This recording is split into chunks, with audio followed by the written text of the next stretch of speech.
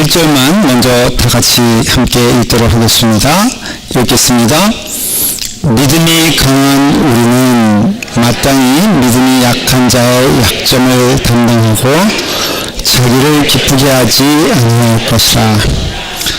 사도 바울은 자신을 우리라고 표현했고 우리 또한 우리입니다. 제가 믿기에는 오늘 이 말씀을 듣는 모든 우리 교우들, 성도들은 다 믿음이 강하신 분들임을 믿습니다.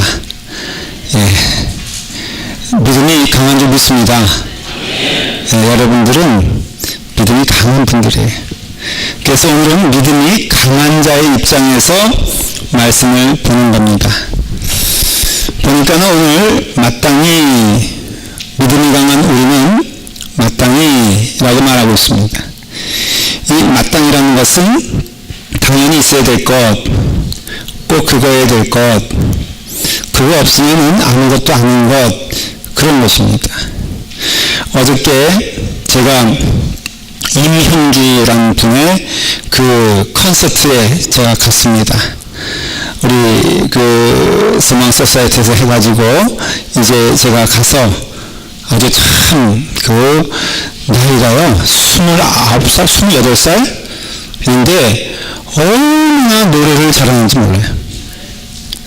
생긴 것도 저같이 생겨가지고 얼마나 그 아주 그 잘생겼는지 몰라요. 참 아주 좋은 음악회였습니다. 근데 그분이 그 얘기하더라고요. 여러분, 이 자리에 와서는 제가 노래하는 것을 들으려고 온 것 아닙니까? 저는 열심히 다해서 노래를 준비했으니 함께 기쁜 시간이 되기를 바랍니다. 그랬어요. 여러분, 아무리 잘생겼어도 노래 못하면은 그거 꽝입니다.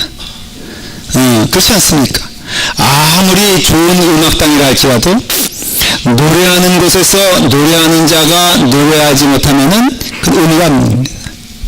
믿음 생활도 사실은 여러 가지 있는 것처럼 보여도 마땅히 가져야 될 것이 있어요. 반드시 가져야 될 것이 있어요.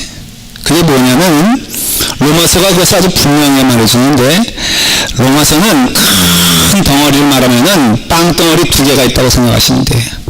2개의 큰 줄기가 있는데 그것은 첫째 뭐냐면은 우리는 어떻게 구원을 받는가에 대한 질문을 합니다. 그거를 칭의라고 얘기하기도 합니다. 우리는 어떻게 의로움을 받는가? 오직 예수 그리스도의 은혜로 우리는 구원을 받습니다.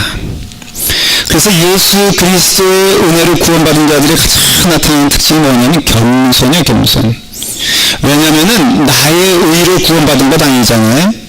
내 실력으로 구원받는 것 아니라고.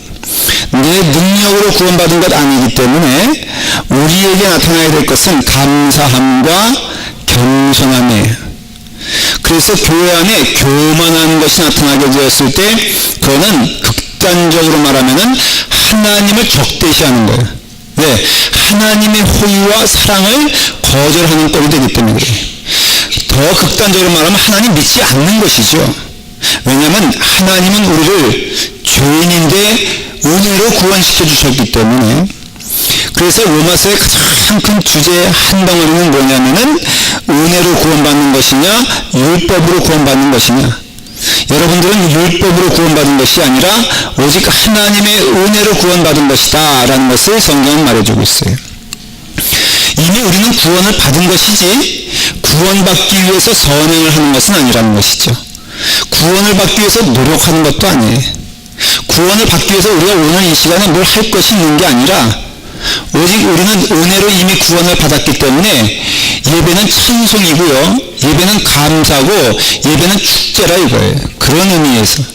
그래서 여러분들 10년 가운데는 은혜로 구원받은 자의 특징이 뭐냐면은 마음의 감사함과 기쁨, 또 약속하신 것, 내 행위가 온전하지 않다 할지라도 주의 은혜로 구원받았으니 지금 우리가 하나님이 부르신다 하여도 우리는 온전하지 않아도 나의 행위가 주님의 은혜로 천국 가는 것을 믿는 것, 이것이 바로 주님께서 원하시고 기뻐하시는 믿음의 생활이란 것이에요.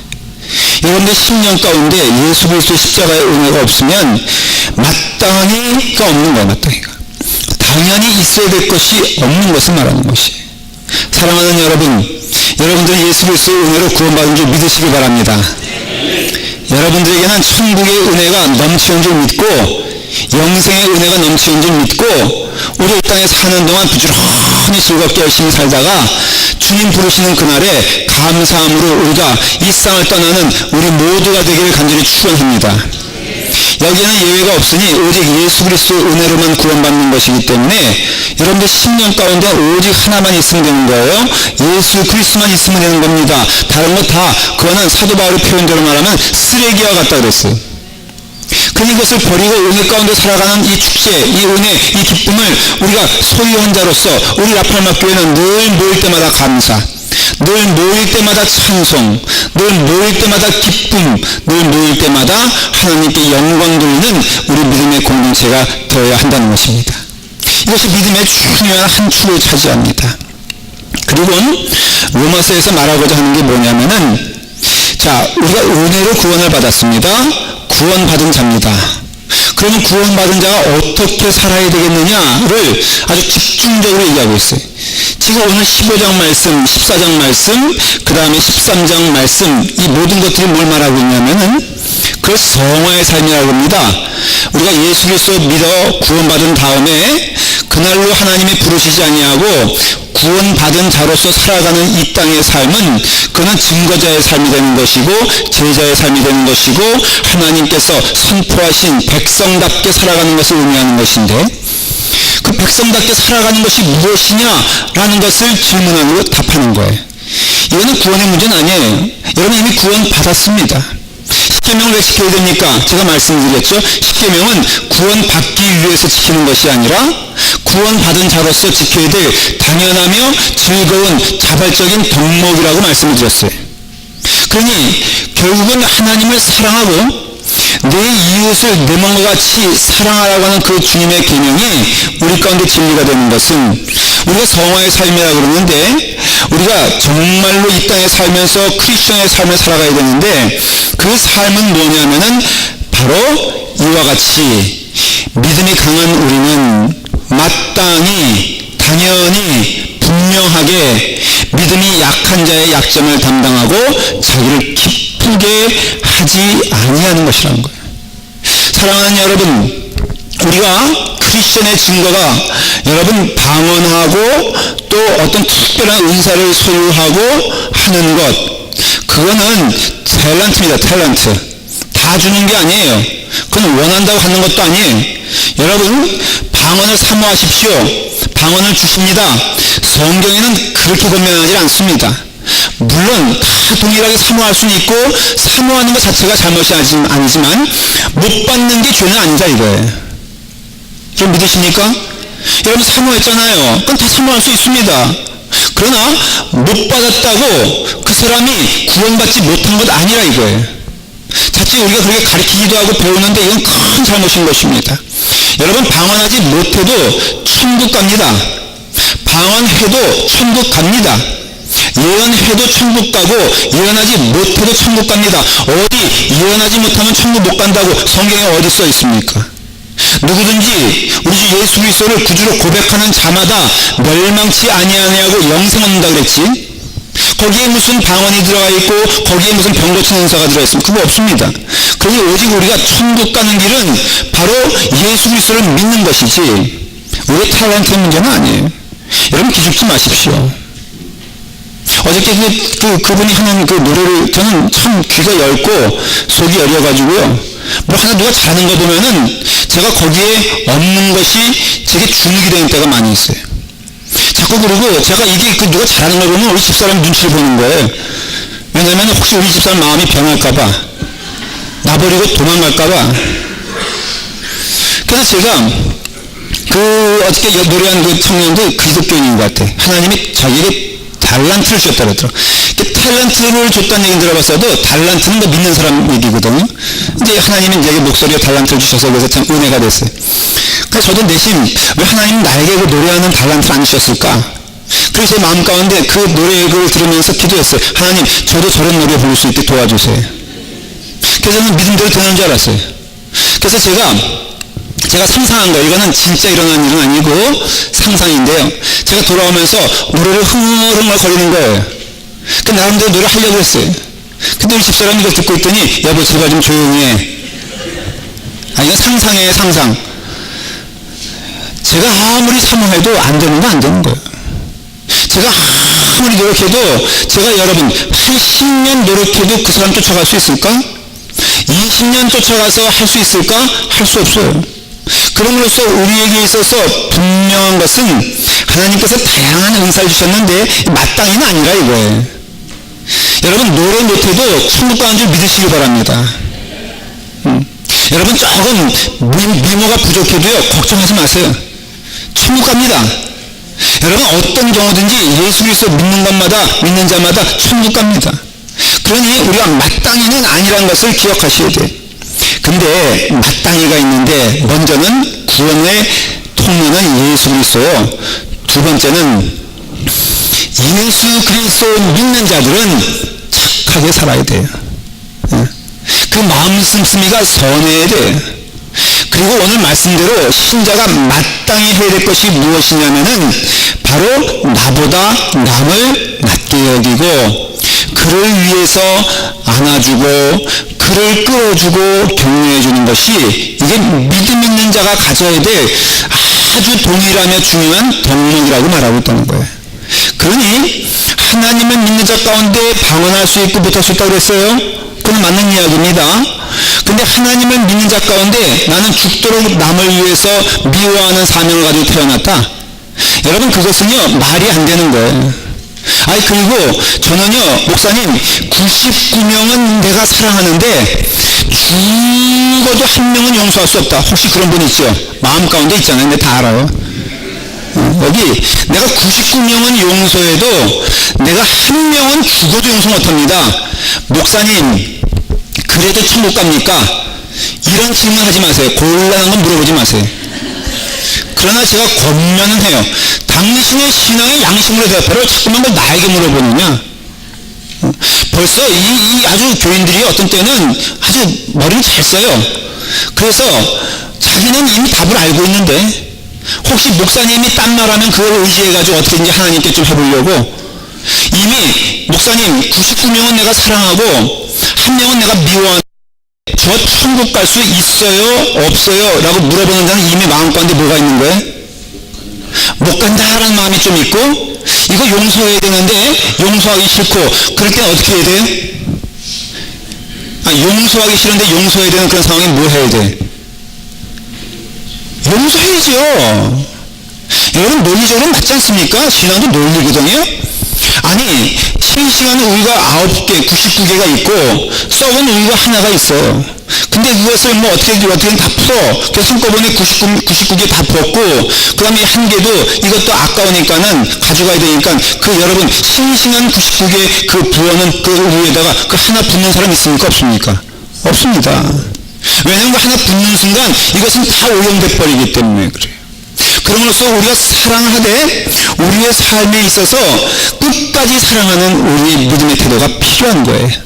여러분의 신념 가운데 분명한 것은 여기서 사도 바울이 말하고자 하는 것은 믿음이 강한 우리는 우리에게 있어서 약한 자들 이건 사실 우리의 눈에 이렇게 보기에 약한 자들이 아니라 솔직히 고백하면 악한 자들이 악한 자들.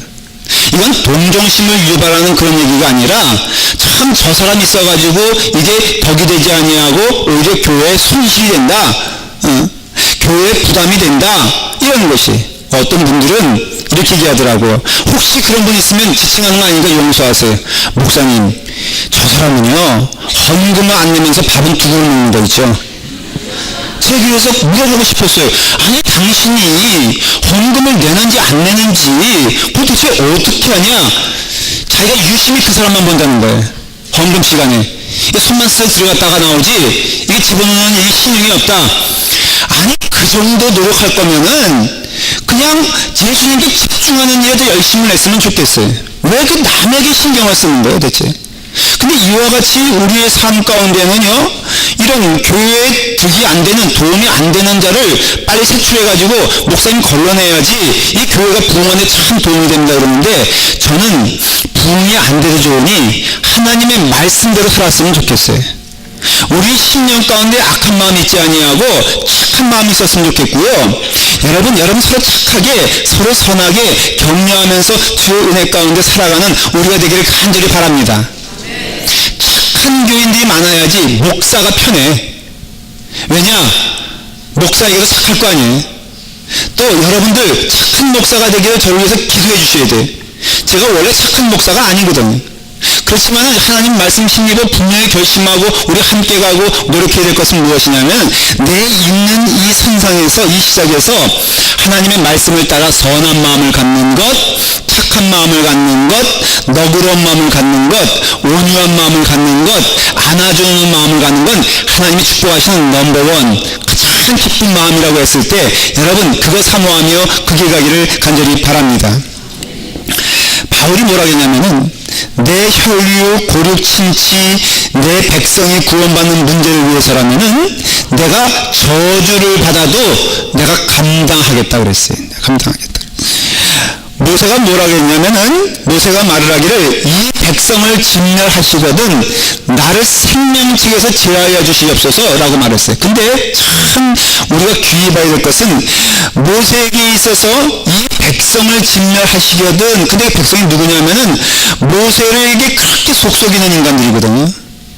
모세에게 그렇게 대적하는 사람들이라고. 지금 모세를 웰컴하고 환영하고 좋아하는 사람을 위해서 하나님 이 사람들이 이런 명부에 하나님 명부에 빠지는 것이 있다면은 내가 아예 빠지겠나이다 그게 아니라 모세를 대적하고 멸시하고 무시하고 그리고 또 모세를 이렇게 해하게 하는 자들을 향하여서 지금 모세는 말하기를 하나님 이들을 제하게 하려면은 저를 제하여 주시옵소서.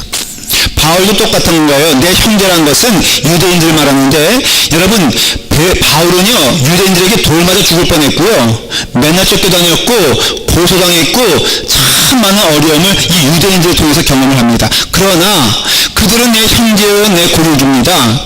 그들의 생명이 그들의 이름이 그들의 구원이 만일 하나님으로부터 제하여진다면은 내가 저주를 받는 것이 좋사오니 오 하나님이시여 그들에게 긍휼을 베풀어 주시옵소서. 이것이 예수 그리스도의 은혜의 사랑은 논리를 뛰어넘어 참 사랑으로 이렇게 오는 것을 볼 수가 있습니다. 고린도전서 8장 1절에 보면 우리가 다 지식이 있는 줄을 아나 지식은 교만하게 하며 사랑은 덕을 세운다 그랬어요. 논리적으로 맞아요. 그 사람이 있으면은 이게 우리가 공동체에 부담될 수도 있고 그 사람이 있으면은 참 하는 것마다 어떻게 보면 하나님을 대적하는 일을 하는 것처럼 보일 때가 있죠. 그러니 논리, 지식으로 생각하면은 우리가 그가 오히려 이 자리에 없는 것이 좋고 우리의 공동체에서 떨어져 나가는 것이 좋고 나와는 거래하거나 교제하는 것이 좋은 게 맞아요. 그거는 객관적으로 맞아요. 또 계산적으로 봐도 그것이 오히려 교회에 더 도움이 될지도 몰라요. 그러나 교회는 그것이 아닙니다. 오히려 말하기를 지식은 교만하게 하며 그렇죠. 여러분 만일에 우리 교인들이 다 같이 이 초대교회에서 실수했던 것처럼 이같이 줄에 세워놓고 너 미달되면 떨어져 너 교회 나가 이렇게 하면요 사실 교회가 이거 줄 서고 이거 자제고 이거 비교하느라고 아마 교회가 삭막해질걸요. 굉장히 어려워질걸요. 옳은 얘기긴 해도 굉장히 교회가 아름답지 못한 모습을 할 것은 분명한데 그러나 사랑은 뭘 세운다 그랬습니까? 덕을 세운다 그러지 않았습니까? 하나님 어떻게 이런 불의한 일이 파헤칠 수가 있습니까? 교회는 정의로 와야죠. 사랑하는 여러분 하나님이 만일에 정의로서 여러분들에게 왔다면은 여기 앉아있을 사람 한 사람도 없습니다. 만약 하나님께서 그런 공의의 눈으로만 우리를 보셨다면은 그런 자를 댔다면은 여기 앉아서 예배드릴 사람이 누가 있겠습니까?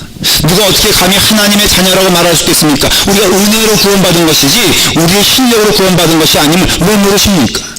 아니 우리가 구원을 받았다면 그 은혜로 구원받았다면 여러분 그런 가운데서 우리가 우리의 삶도 구원의 삶의 증거로서 하나님께서 살아가라고 예수님을 통해서 말씀하시지 않았습니까? 이것이 우리의 신앙의 덕목이 되어야 될 줄 믿습니다. 여러분 교회란 공동체가요 참 신기한 것이 세상의 공동체와 틀립니다. 자, 여러분 조기 축구에 뭘로 모였습니까? 축구로 모였습니다. 거기 성격 좀 나빠도요, 축구 잘하면은 다 환영이고 웰컴입니다. 우리 천집사님이 어떻습니까? 그렇지 않습니까? 그렇죠. 거기는 덕목이 축구요. 그래서 별반 축구 잘하면 그렇게 싸움이 안 나요. 문제가 없습니다. 뭐든지, 뭐, 예를 들어서, 맛집 동호 이런 것도 있더라고요. 그러니까 먹는 거에 대해서 아주 그냥 흥미로운 사람들 모이면요, 여러분 재밌습니다. 즐겁습니다. 취미가 같으면 등산, 뭐, 예를 들어서, 그 등산 산악회, 등산 산악회 두 개가 똑같은 건가? 산악 등산회. 그러면요, 여러분들, 그 산에 가는 사람 좋은 사람들 가면 되는 거예요. 만일에 가는데, 나 힘들어, 나 못하겠어, 나 정말로 이거 별로 안 좋아. 그러면 어떻게 하면 돼요? 그냥 그 다음날로 제명시켜버리면 되는 거예요. 뭐가 문제예요? 그냥 산 가기 좋아하는 사람은 가면 되는 거예요. 그러니 세상의 공동체라는 것은요, 내 맘에 맞으면 되는 거예요. 근데 문제는 이 교회 공동체는 그럴 수가 없어요, 그럴 수가. 왜? 그래서 어느 신학자는 교회는 뭐냐면 이질적인 사람들이 어떻게 하면 그렇게 모여서 함께 가는 것인가, 이것이 바로 교회라고 했어요. 어쩌면 교회에 오는 것이요, 너무 보면은 다양한 사람들 오잖아요. 키도 큰 사람 오고, 작은 사람 오고, 그 다음에 뭐 어깨가 넓은 사람도 오고, 좁은 사람도 오고 말이에요. 그리고 뭐 세상에 직업도 틀리죠, 학력도 틀리죠, 모든 것이 틀린 사람들이 모여서 이게 하나가 된다는 것은 사실은 그 자체가 기적인 것을 알 수가 있어요. 그러니 우리 믿음 생활에서 분명한 것은 이와 같이 다른 모습을 모였는데 어떻게 하나가 될 수가 있을까? 있습니다. 방법이 있습니다. 그것은 무엇인지 아십니까? 믿음이 강한 자가 믿음이 약한 자를 돌봐야 돼요. 믿음이 강한 자에게 책임이 있다는 것이죠. 믿음이 강한 자에게 능력이 있다는 것이죠. 믿음이 강한 자에게 하나님께서 은혜를 더하여 주신다는 것이에요. 그러므로 우리에게 책임이 있다면 믿음이 강한 자가 믿음이 약한 자를 돌봐야 되는 책임이 있다는 것을 여러분들 아셔야 돼요. 먼저 믿음이 강한 자의 특징은요, 사명이 분명하기 때문에 사도 바울이 뭐라고 고백하냐면, 내가 달려갈 길과 주 예수께 받은 사명, 곧 하나님의 은혜의 복음을 증언하는 일을 마치려, 이게 사명이었어요. 근데 이 사명이 분명한 자들은요, 다른 거에 대해서 문제가 되지 않습니다. 이게 믿음이 강한 자의 특징에서, 믿음이 강한 자의 특징의 그 모습을 보면요, 대부분 모든 것에 있어서 자유롭습니다. 자유롭지만 강해요. 뭐가 강합니까? 예수 그리스도를 전하는 일에는 분명한 특심이 있다는 것이에요. 저는 스스로 제가 뭐 평가하지 않겠어요. 여러분, 제가 믿음이 강한 자 같습니까? 약한 자 같습니까? 물어보고 답을 하십시다. 네, 강하다는 전제를 지금 말씀드린 거예요. 이게 교만한 얘기가 아니에요. 예를 드는 거지. 저는 강하기 때문에 뭐 예를 들어서 교회 안에서 누가 저보러 어떤 말을 해도 별로 제가 상처가 되질 않습니다. 교인들이 저만 보면 키 작다 그러거든요. 근데 여러분, 그거 별로 상처가 되지 않아요. 그래서 키 큰 당신은 이렇게 되어야지. 그러니까는 키 작은 거 별로 관계하지 않습니다.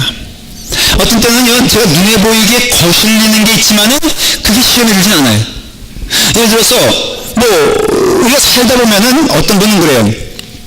이게 왔는데 말이에요, 오자마자 부엌에 들어서 설거지하는 분들이 있어요. 그게 어떤 분은 교회 나온 지 얼마 안 됐는데 정말로 설거지하러 열심히 달려가는 사람. 여러분들 믿음 좋아서 그렇습니까? 그거 아니에요. 그분은 설거지하기 위해서 태어났기 때문에 그런 거예요. 그게 기쁨이고 재미고 즐거움이에요. 그거 막으면 안 돼. 예수님 10년 믿고 교회 생활 20년 했어도 어떤 분들은 설거지하러 들어가지 않으려고 하는 사람이 있어요. 그거는요, 그렇게 태어난 거예요. 그렇게 태어난 거예요. 근데 문제는 이것들이 말이에요, 믿음이 약해지면 어떻게 되냐면요, 그게 믿음과 연결돼 버려. 아니, 기껏 주님의 이 예배에서 은혜 많이 받았어. 그래요, 목사님 너무 은혜 많이 받았어요. 제가 인사하러 가는데 목사님 너무 은혜 받았어요. 그런데 식사한 다음에 얼굴이 우중충해. 그래서 왜 그러냐 그랬더니까, 목사님 받은 은혜 말이에요, 식사하면서 누구 때문에 다 망가져 버렸어요.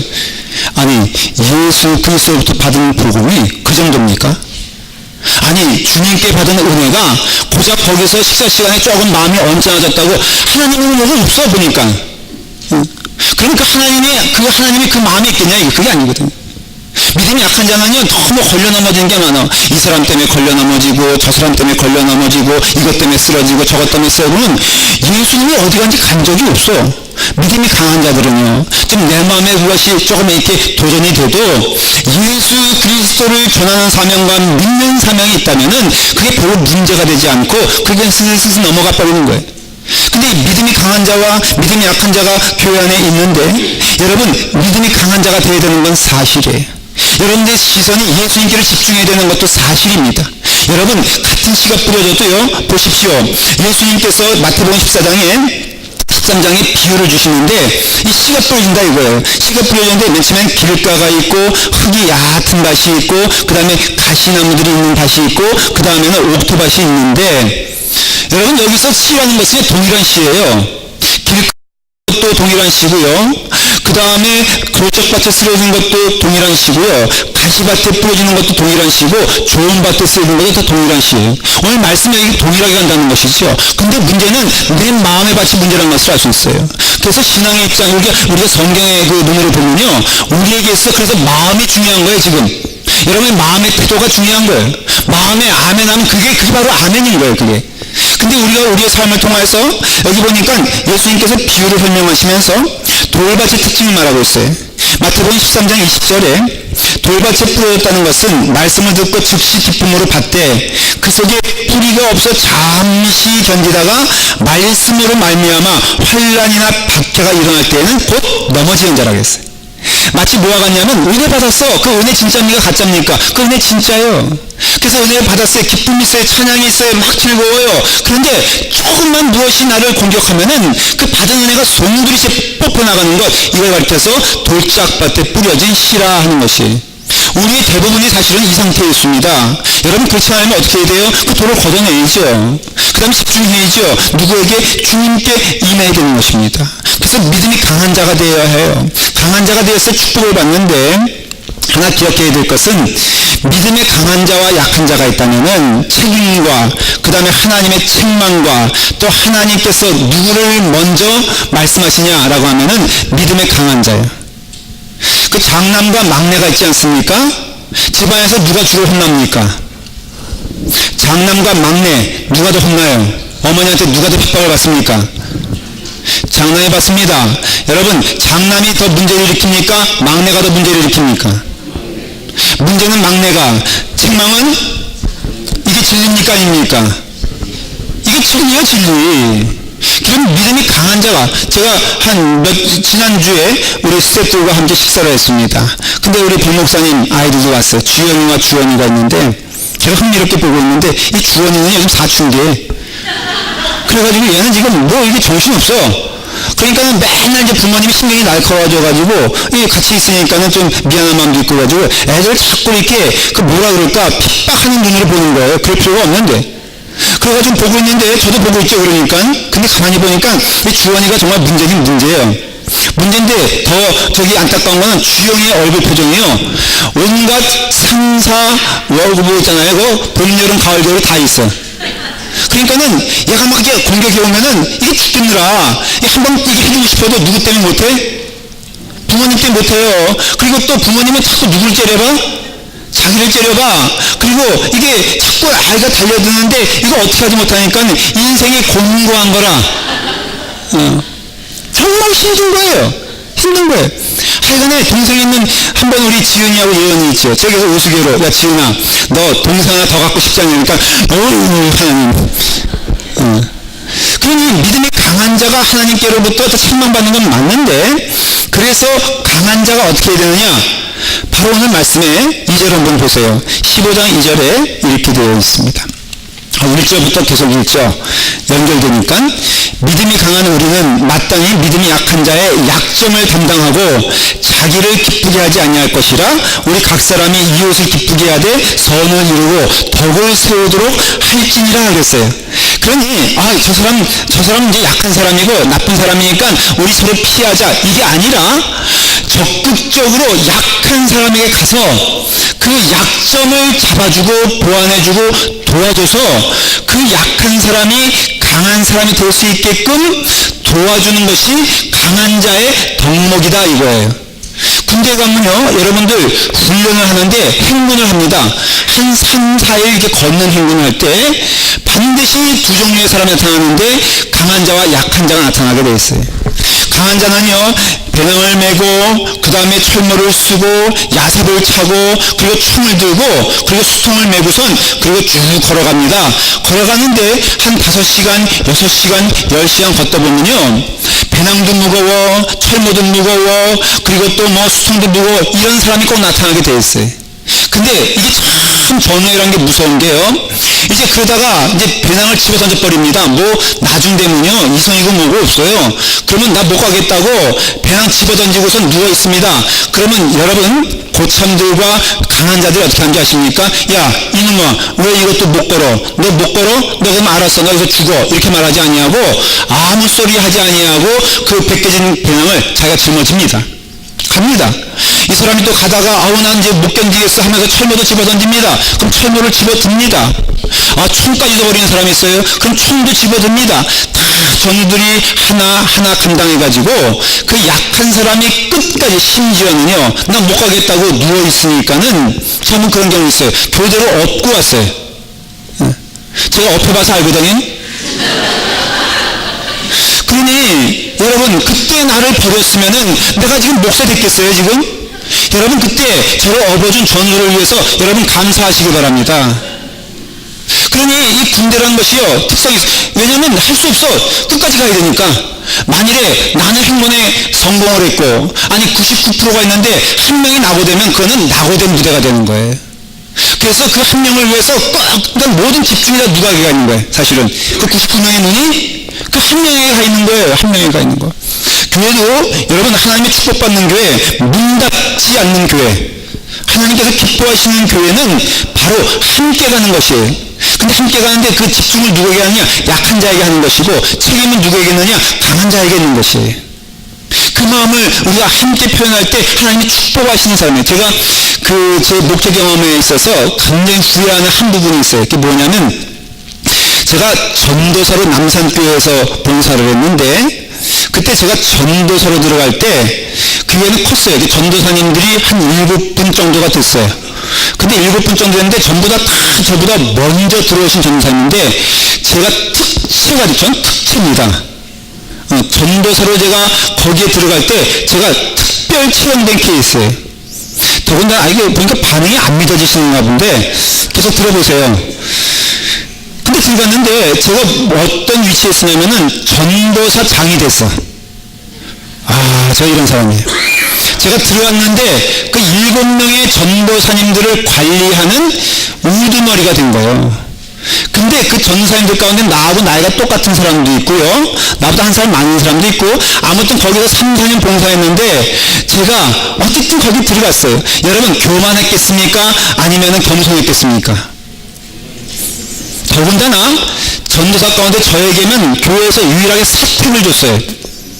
어느 위치인지 아시겠죠? 저보러 한쪽에는 부목사님이 계시고 그 나머지 축을 저보러 담당하는, 그러니까 제가 급이 어떤 급이에요?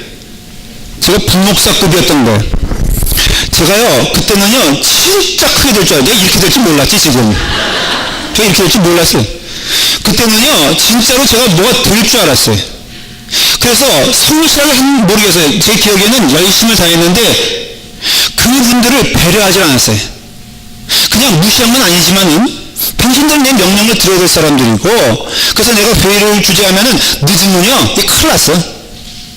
그래서 제가 마음에 많이 상처를 준 게 아니라, 받은 게 아니라 제가 준 것 같아요. 지금 생각해 보니까는 그러면 안 됐는데, 함께 가는 것인데, 함께 사역하는 것인데 내가 큰 실수를 했구나 하는 마음을 제가 늘 마음 가운데 갖고 있어요. 그래서 그 다음부터는 제가 조심해야 되겠다, 제가 마음에 많이 살펴봐야 되겠다 하는 마음을 많이 갖고 지금까지 와요. 저에겐 그것이 얼마나 큰 경험인지 몰라요. 사랑하는 여러분, 우리가 믿음이 강한 자가 되었다? 그것은요 바로 예수님께서 하신 말씀이 우리 가운데 이루어지는 것이에요. 여기 보면은 약한 자의 약점을 담당하고 그랬는데, 이사야서 53장 6절에 보면은 우리는 다 양 같아서 그를 행하여 각기 자기 갈 길로 갔거늘 여호와께서 우리 모두의 죄악을 그에게 담당시키셨도다 그랬어요. 여러분, 이사야에서 나오는 이 담당시켰다는 말과 우리가 믿음의 약한 자들을 담당하는 것은 똑같은 단어예요. 똑같은 단어. 다시 말하면 예수님께서 담당하신 그것과 우리가 지금 성화의 삶을 살면서 담당해야 될 것이 무엇이냐면은 똑같은 종류의 것이라는 것을 성경은 말하고 있어요. 예수님께서 말했죠. 너희가 내 말에 거하면은 너희가 나의 제자가 되고, 너희가 내 말 가운데 서로 사랑하면은 너희가 내 제자인 줄을 알리라 그랬어요.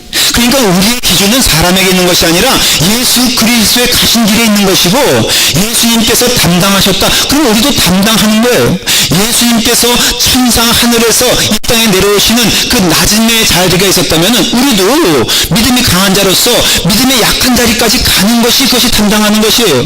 예수님께서 사랑하시되 죽기까지 사랑하셨다면 우리 또한 사랑하되 끝까지 죽기까지 사랑하는 것이 믿음의 자세라는 것이에요. 사랑하는 여러분, 우리가 기쁜 믿음의 길은 무엇이냐면은 우리가 어떤 업적 세우는 것도 아니에요. 어떤 모양을 이루는 것도 아니에요. 이것은 착각인 것입니다. 우리 교회가 어떤 모양으로 가겠다, 이것도 중요한 문제가 아니에요. 지금 이 순간에, 이 시간에 어떤 모습으로 살아가냐가 중요한 것이에요. 여러분들은 눈에 보이는 것을 추구할지 몰라도 분명한 것은 하나님은 우리의 내면을 보시고 우리의 삶의 퀄리티를 보시고 우리의 삶의 모습을 본다면, 그 삶의 모습 가운데 가장 중요한 것은 바로 우리가 약한 자를 돌보며 섬기며 겸손하며 함께하는 것이에요.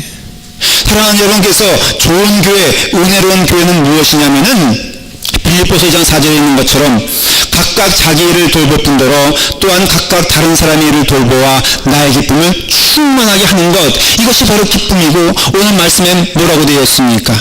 그리스도께서도 자기를 기쁘게 하지 아니하셨나니 기록된 바 주를 비방하는 자들의 비방이 내게 미쳤나이다. 예수님은 자기를 기쁘게 하지 아니하시고 섬기며 사랑하며 은혜 나눴을 때 사람들은 그것을 비방했잖아요. 조롱했잖아요. 그 조롱과 비방이 오늘 이 시간에 예수 그리스도를 따라하는 우리에게도 동일하게 미쳤다는 거예요. 동일하게 임했다는 것이에요.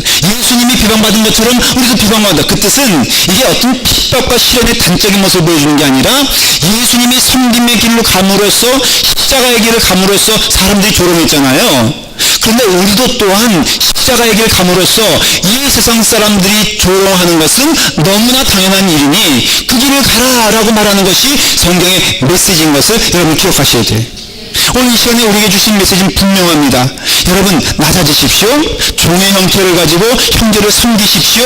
믿음의 약한 자를 돌봐주는 그런 아름다운 교회가 되어야 하고, 어떤 것에 있어서 조금만 부족한 것이 보이면은 이게 소문나거나 이것이 정말로 확대되는 것이 아니라 오히려 사랑으로 안아주고 격려하며 기다려주며 기도하며 그를 위해서 헌신하는 자들이 그게 믿음의 강한 자들이고, 믿음이 강한 자라면 우리라고 한다면은 우리에겐 하나님께서 물으십니다. 너희의 믿음 약한 자는 지금 어디 있느냐라고 물을 때 우리는 내 주님, 우리가 그 사명을 잘 감당하며 가기를 원합니다. 고백이 있을 줄 믿습니다. 기도하겠습니다. 아버지 하나님, 오늘 약속된 이 말씀을 통하여서 우리가 마땅히 믿음이 약한 자의 약점을 담당하고 자기를 기쁘게 하지 아니하는 그 믿음의 삶을 오늘 말씀을 통하여 선포되었습니다. 하나님, 이 말씀대로 살아갈 수 있도록 인도하여 주시옵소서. 온전하지 못하다 할지라도 오늘이라도 지금이라도 그 약속된 말씀을 실천하며 감당하며 나가는 주의 종들 되게 하여 주시옵소서. 예수님의 이름으로 기도드리옵나이다. 아멘.